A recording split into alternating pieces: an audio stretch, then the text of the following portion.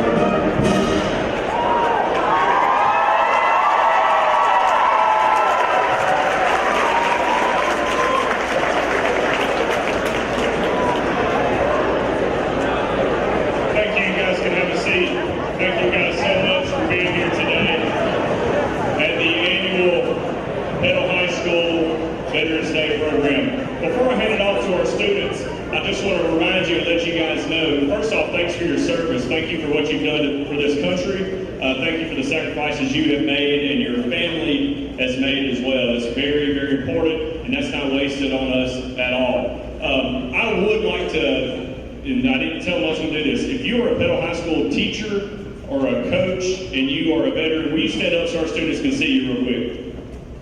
Let's give them a hand.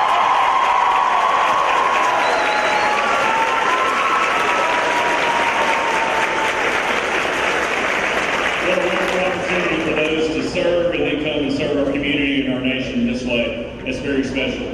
I want to let you guys know that this is a student-led program. It's one of the greatest things that we do. We have so many great things that our students do every day, year in, year out here. This is always one of the best ones we have going on. So I just want to let you know that. Our students around you, you have our 10th, 11th, and 12th graders. You may have a few freshmen sprinkled in from just the size of the gym. We have to kind of limit it a little bit. But they're excited. They're excited to see the program. We want to thank you guys and welcome you to Petal High School, and we'll start with the program.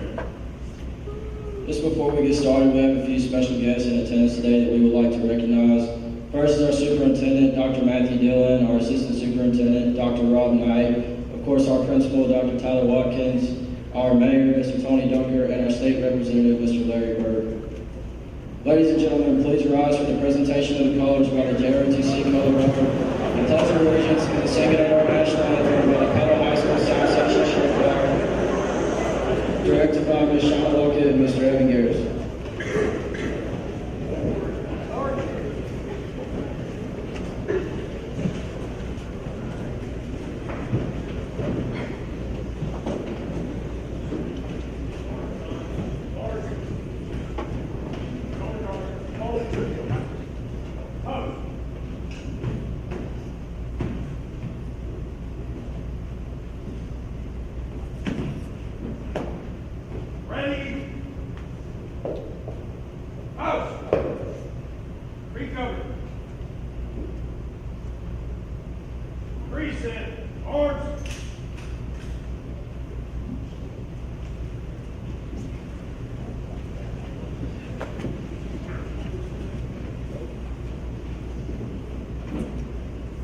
Please join me in the Pledge of Allegiance.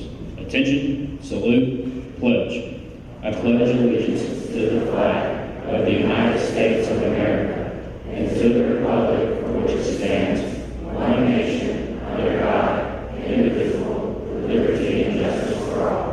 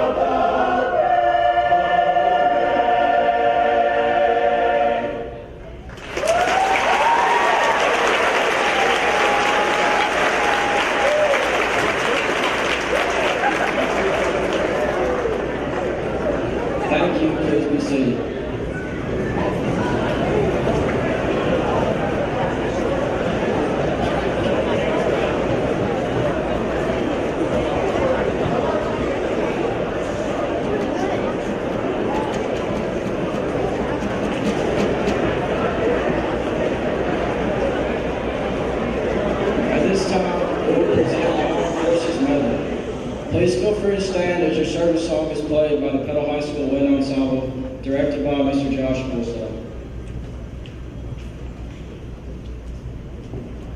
First is the U.S. Coast Guard.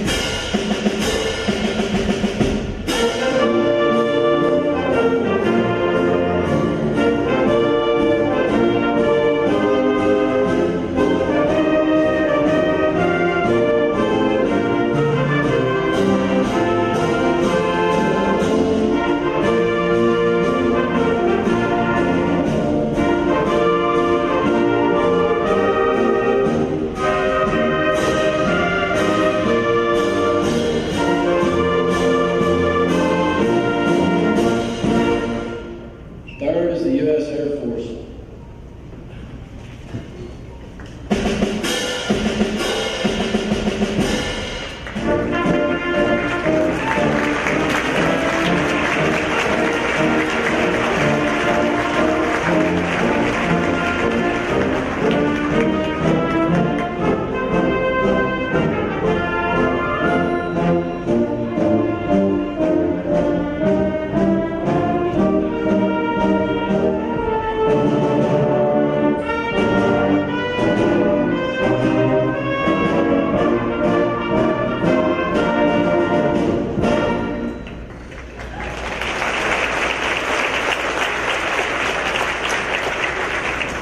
Next is the U.S. Navy.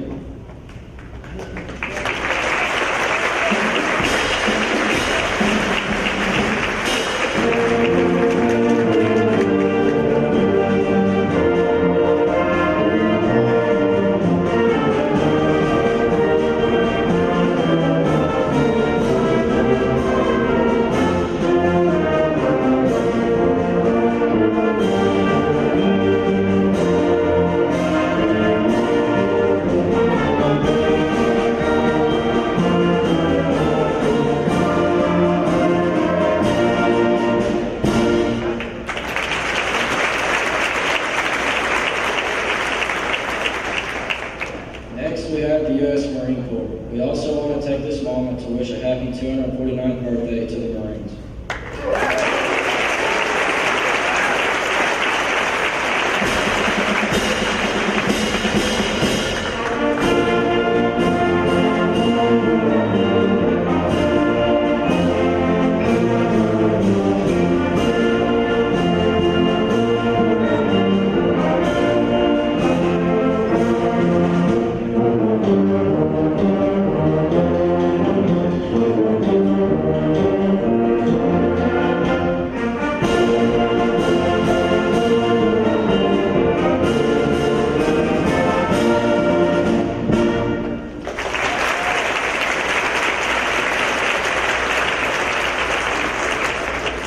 Finally, the U.S. Army.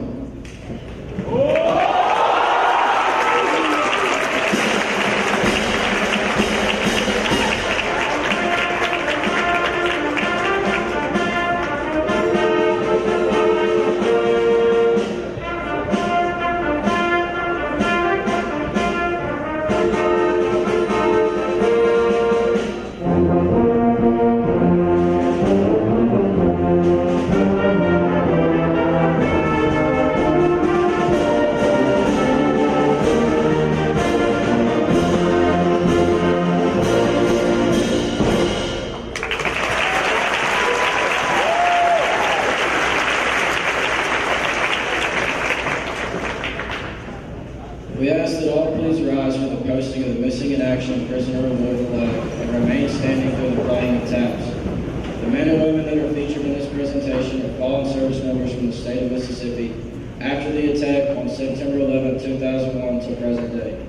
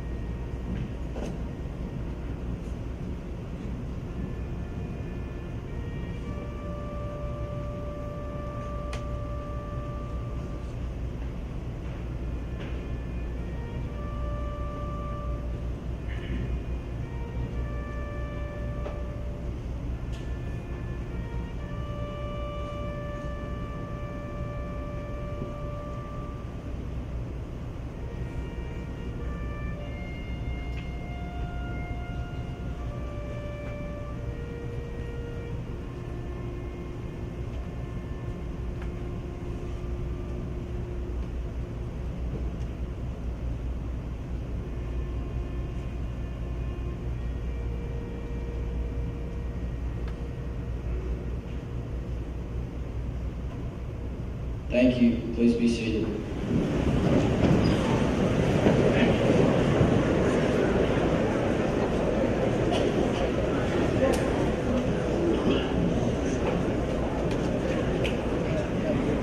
On the 11th hour of the 11th day of the 11th month in 1918, the Allies entered a peace agreement with Germany to end the First World War. From that day forward, the U.S. celebrated Armistice Day. In 1954, Congress passed a bill signed by President Eisenhower extending the celebration of the end of World War I to all veterans. Most of us know this history. However, for me, Veterans Day is more than just a day to thank veterans. Veterans and those who serve should be thanked every day. My grandfather, on my mother's side, served with the 101st Airborne Division in Vietnam from 68 to 69. He was 18 years old whenever he was drafted. And he retired at the rank of sergeant with 4 Bronze Stars and 1 Silver Star. His sacrifices and what he gave our great nation personify what it means to serve one's country. Him and so many more just like him make up the backbone of our history and what it means to be an American. We give them only one day, but every day we enjoy under the banner of freedom is directly because of them. Everything that we hold dear today would only be a distant desire if it wasn't for the patriots which we take this day to celebrate. Thank you.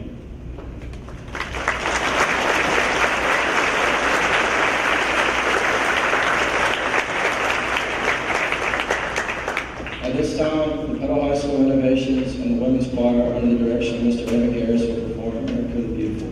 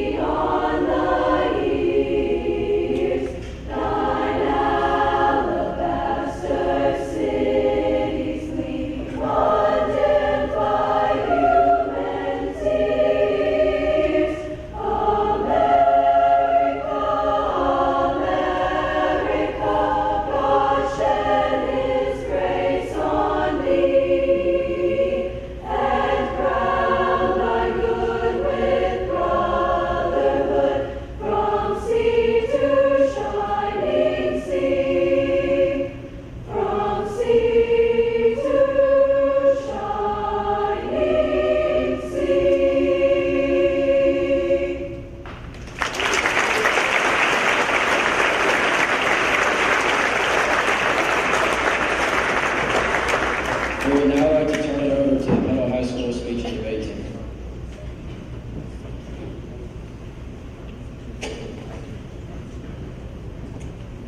In his Gettysburg Address, President Abraham Lincoln laid out his vision for memorializing the fallen soldiers of that great battle. While he may have been wrong about the lasting impact of his words, the sentiment that soldiers and their sacrifice should be remembered for time immemorial is most significant. As he said, "We are met on a great battlefield of that war. We have come to dedicate a portion of that field as a final resting place for those who here gave their lives that that nation might live. It is altogether fitting and proper that we should do this. But in a larger sense, we cannot dedicate, we cannot consecrate, we cannot hallow this ground. The brave men, living and dead, who struggled here have consecrated it. Far above our poor power to add or detract, the world will little note, nor long remember what we say here, but it can never forget what they did here. It is for us, the living, rather, to be dedicated here to the unfinished work which they who fought here have thus far so nobly advanced. We are here today to honor our military veterans on a federal holiday named for them. We honor their sacrifice, their courage, and their resolve to defend our nation in times of war, in a time fraught with extremes and disillusionment. One thing we can all agree on is that our veterans represent the best of us and have protected our freedom whenever they have been called upon. This poem at the Vietnam War Memorial by Robert Donna honors these brave men and women in a way only literature can.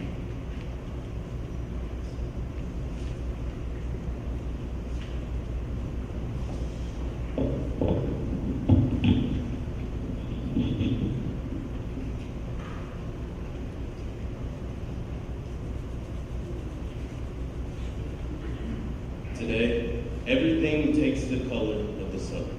The air is filed and lined with it. The dead leaves lumped and molten, flattened grass taking it like platinum. The mauve, the simple, bare plan of a tree standing clothed and sudden in its clean, explicable light. And across the muddy grounds of Constitution Gardens, we've come to find your brother's name etched in the long black muster of 16 years of war. The earth walked broad, this morning by workmen still grappling paths, and people brought here by dreams more solemn than grief. A kid in a sweater hurries past us, face clenched against tears, and couples gray hair touching hands, their Midwestern faces, calm, plain, and the stenciled names ranked on the marble in order of casualty. The 57,939 dead.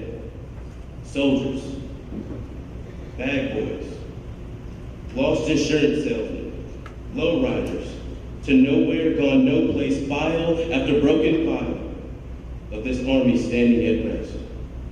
Were there roses? I can't remember. I remember your son playing in the sun, light as a seed. Beside him, the names of the dead afloat in the darker light of polished stone. Rio Owens, Willie Lee Baker, your brother, the names of those who believed and those who didn't, who died with a curse on their lips for the mud, the pitless sea mist of gasoline and rain. In your photograph, it's 1967, June. On the pad of a carrier, Donald squats in fatigues, smoking beside a rescue chopper. A man, loneliness kept leaning. The sea behind him slurs like waste metal. He looks directly at the camera, and his eyes offer the serious light of one who's folded the empty hands of his life once too often. Before nightfall, his bird will go down to slant God's gaze like a shattered grasshopper, and the moon in the paddy's cry out in burning tongues. All words are obscene beside these names. In the morning, the polished stone gives back. We see ourselves, two men, a woman, a boy reflected in gray light, a dying world among the dead and the dead among the living. Down the poison Chesapeake leaking freighters haul salt chemicals.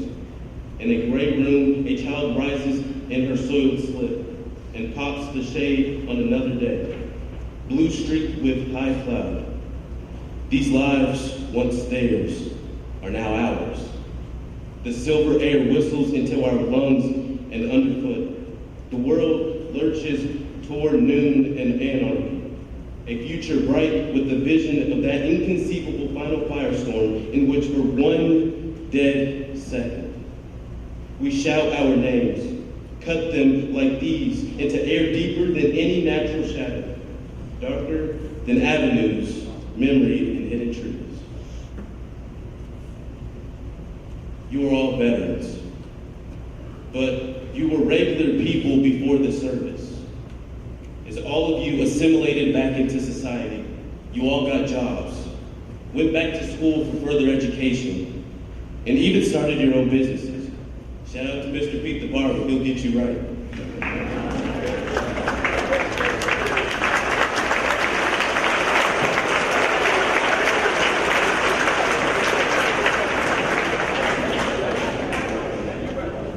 But for all veterans under the sound of my voice, I ask that you look to your left and you look to your right. This is what you fought for. This is what the fruit of your labor looks like. And this is what the patriotism we uphold in our country looks like. With that being said, if you don't leave here understanding anything today, understand this. Although many take the sacrifices of your work for granted, it is because of all of you that the truths that we hold self-evident in this country, life, liberty, and the pursuit of happiness is granted. So from the bottom of all our hearts, we thank you.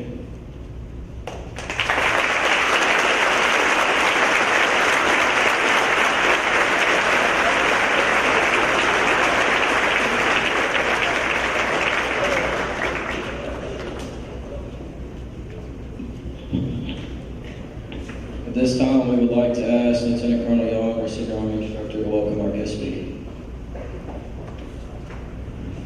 Hey, good morning, everybody. The true spirit of the minute. It's my pleasure this morning to introduce you to Chaplain Jason Burke. He's a citizen soldier. He's serving as an Army chaplain and also as a pastor at a local congregation. On the military side, Lieutenant Colonel Jason Burke is the command chaplain for the 66th Troop Command in the Mississippi Army National Guard. He is deployed to Afghanistan in support of Operation Enduring Freedom and to Kuwait in support of Operation Spartan Shield. He has earned the Combat Action Badge, Bronze Star, multiple meritorious service medals, and other federal and state awards. He has graduated from the Command Staff General College and also the Operational Religious Support Leadership course. In the civilian world, Dr. Byrd serves as the local church pastor for nearly 25 years. Currently, he is serving as the pastor of the Clarence Heights Methodist Church in Pearl, Mississippi, a global Methodist congregation. He holds both a master's and doctorate from the New Orleans Baptist Theological Seminary. In his spare time, he enjoys running, reading, traveling, and spending time in his family time. Him and his Teresa reside in Madison, Mississippi. At this time, please give him a warm welcome to Chaplain Jason Burke.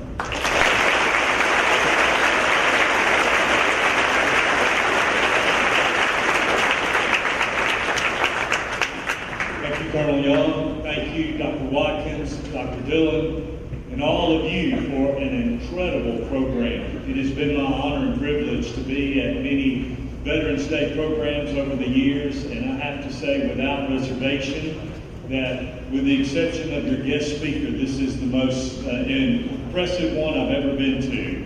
And so kudos for all of these.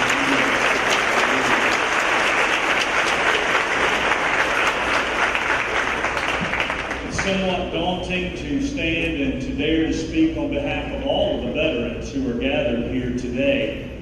But I want to try to do that and give you some sense of the significance and importance of this day. You know, people join the military for many different reasons.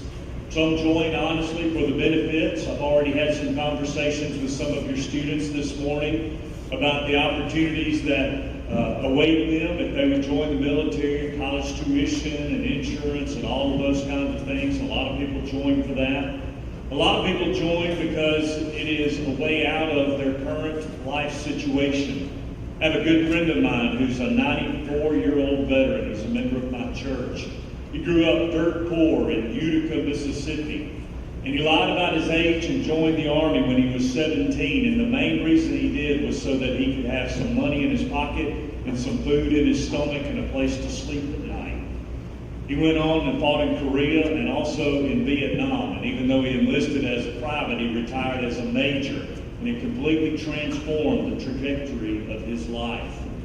Some people joined because they were drafted. And that's honorable as well because they still answered the call when they could have gone to another country or burned their draft card or done something else, but yet they still went and served their country. Other people joined just out of a sense of patriotism and a desire to serve this great nation.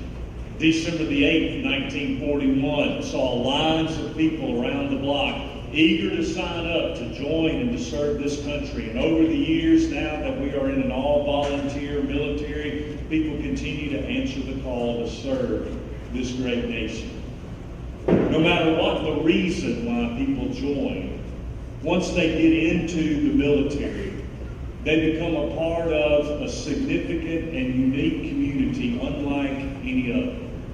The bonds that bind people that serve together are unlike anything else that you will find anyplace else in the world. I can say to you that my best friends, my strongest friends, the people that I count on more than anyone else are people that I know through the military.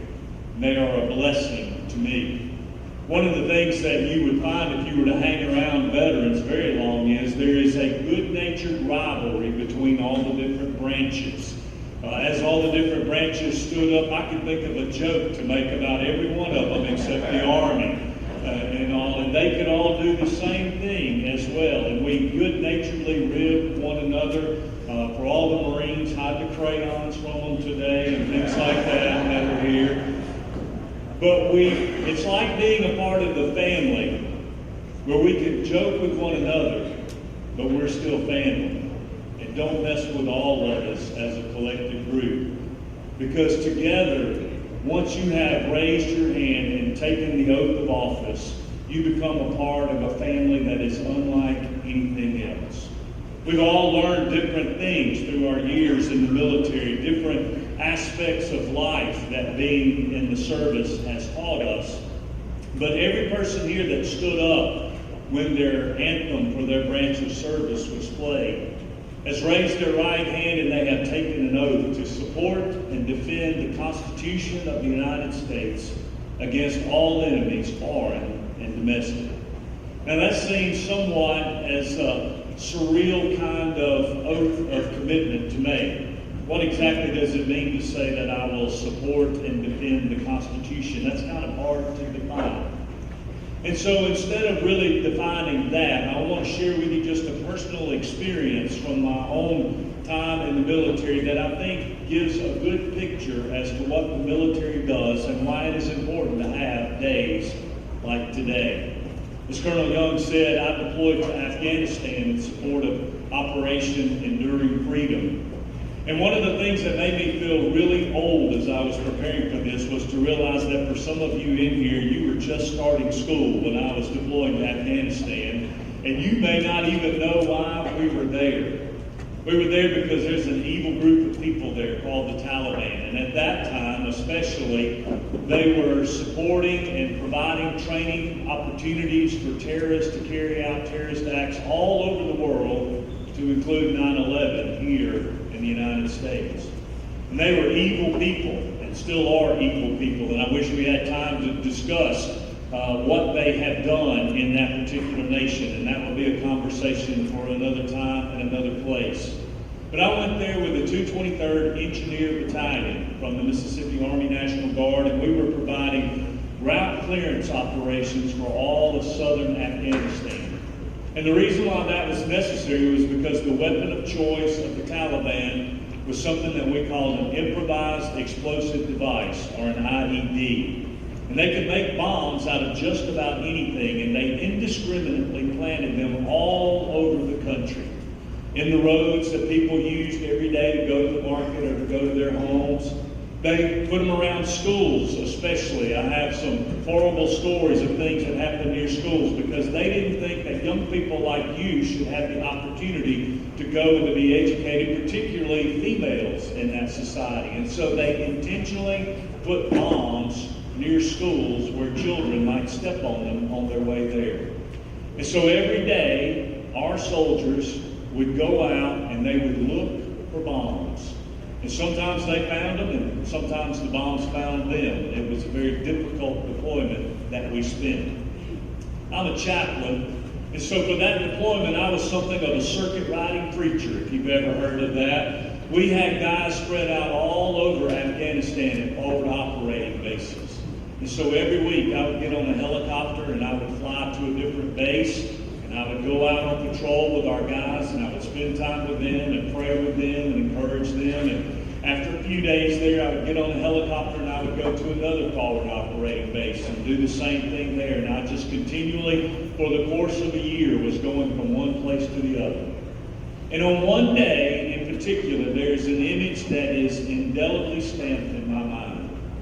I'd taken off in a Black Hawk helicopter and we had just cleared the HESCO barriers of a forward operating base. And I looked down and there was a group of Afghan children playing in a creek. About 7 or 8 kids splashing water on each other, standing about knee deep in the water, waist deep there, just playing, enjoying childhood. It brought a smile to my face because that was like a reminder of home. I grew up playing in a creek. My daughter played in a creek that's on our property. And I guarantee you that a lot of you in here, since you're from Mississippi, you've grown up playing in a creek before. And so it was almost like a reminder of home just to see those children down there. And that brought a smile to my face. But then as that helicopter got just a little bit higher and went just a little bit further, I could see that about 500 to 600 yards away were my soldiers in armored vehicles out looking for IEDs.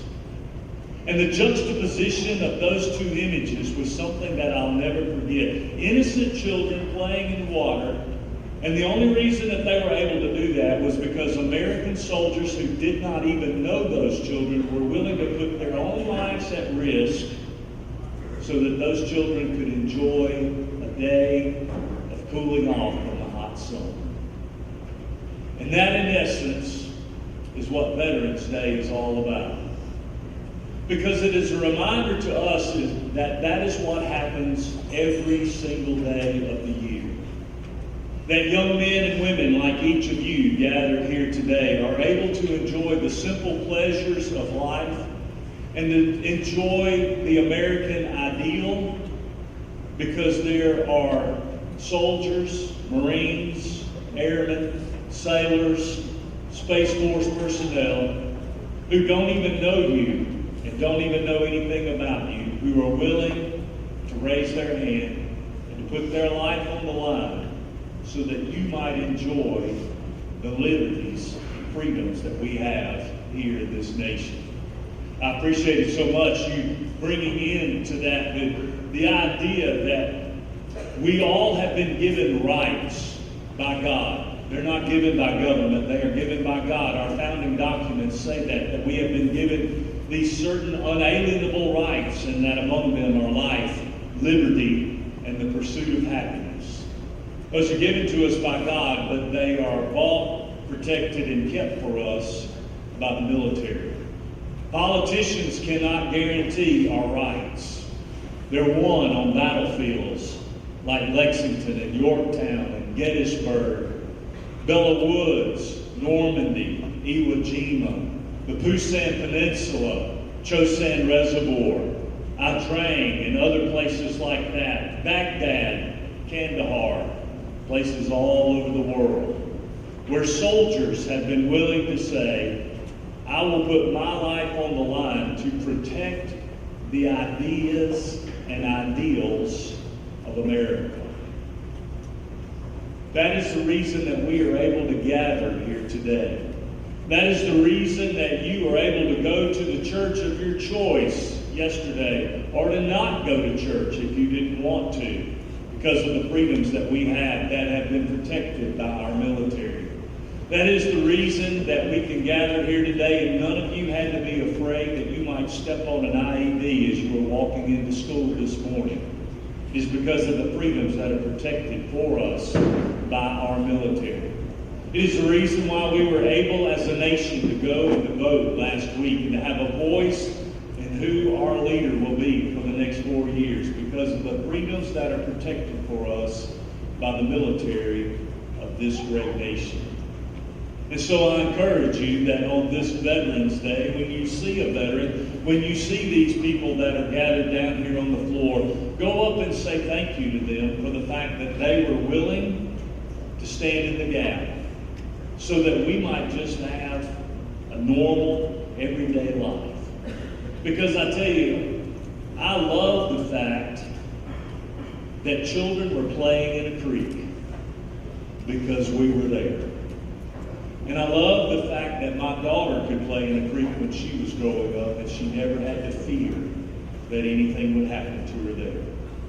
And I love the fact that each and every one of you in here can go to a football game Friday night, that you can enjoy life, that you don't even have to think about what's happening in other parts of the world.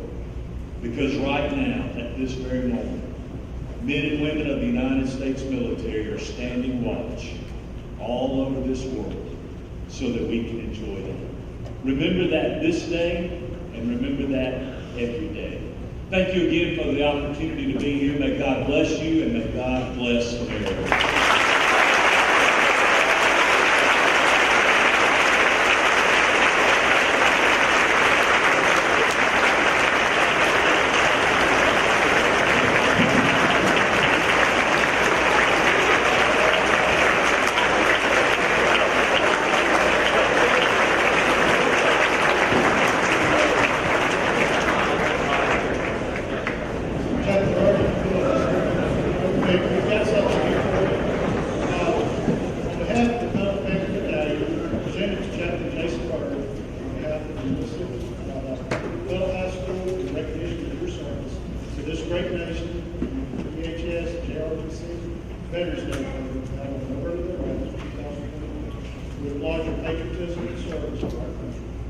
Motivating young people to be better citizens.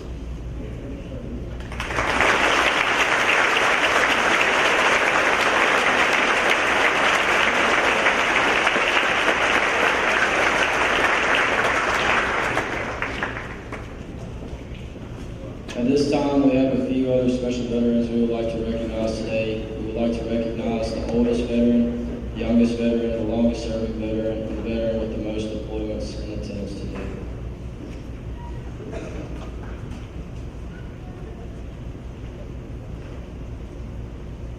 Our oldest veteran is Mr. William H. Sanford. If you would, please stand.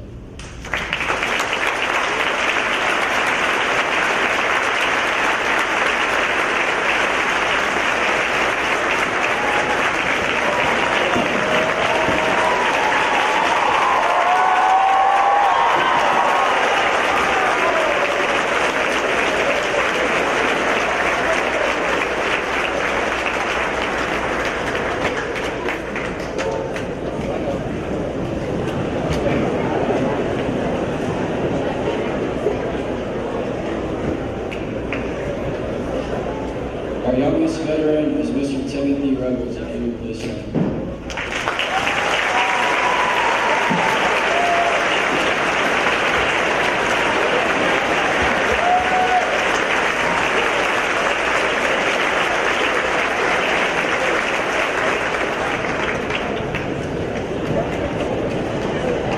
Our longest serving veteran is Mr. John Pickett. He has served our great nation for over 40 years.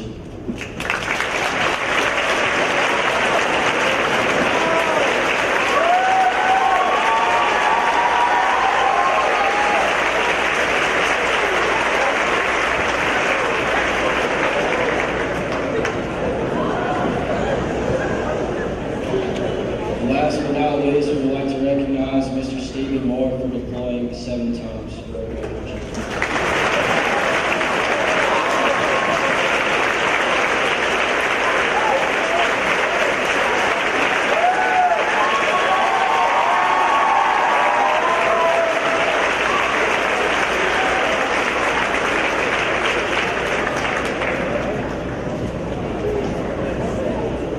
Thank you again to all those veterans who were able to be here today.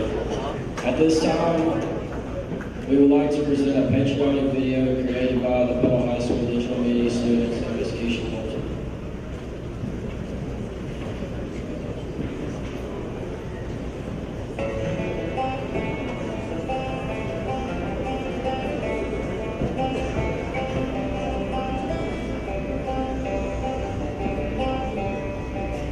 It's the goods and it's the glory, 100 stripes on 100 stories. It's the pledge of allegiance on the 4th of July. It's them handwritten letters from home. It's them sleepless nights alone. It's his newborn baby he left with his wife. the red, white, and blue. Lay down here tonight. It's the red, white, and blue. For these stars are shining lights. Hey.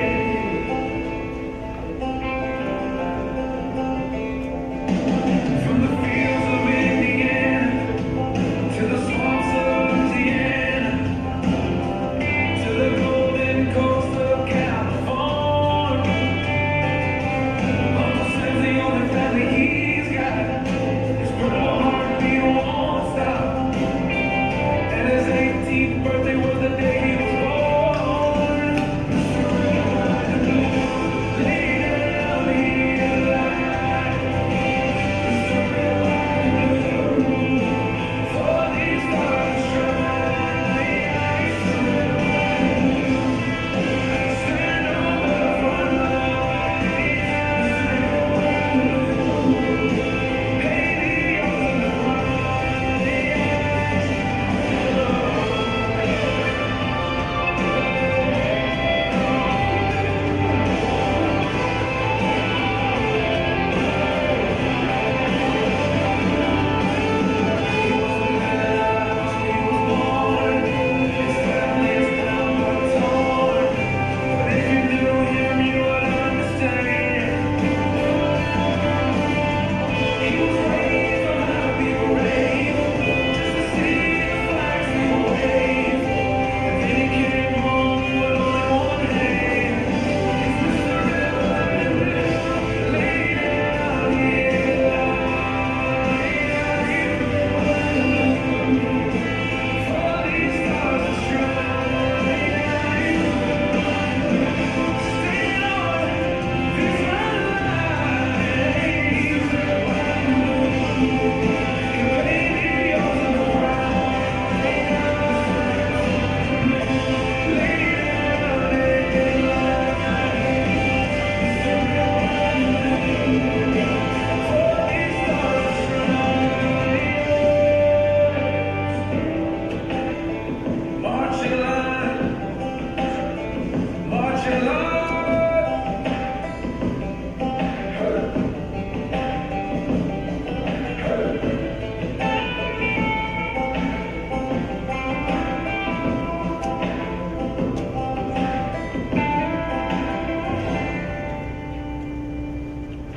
I cherish the memories of a question my grandson asked me the other day.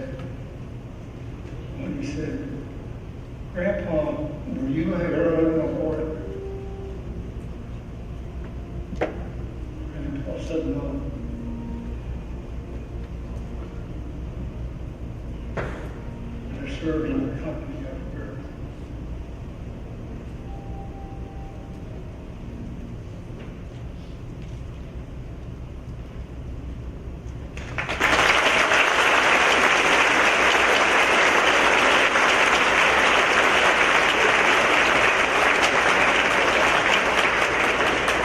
Thank you. Before we finish today, let's give a hand to all our students and student organizations that set this up.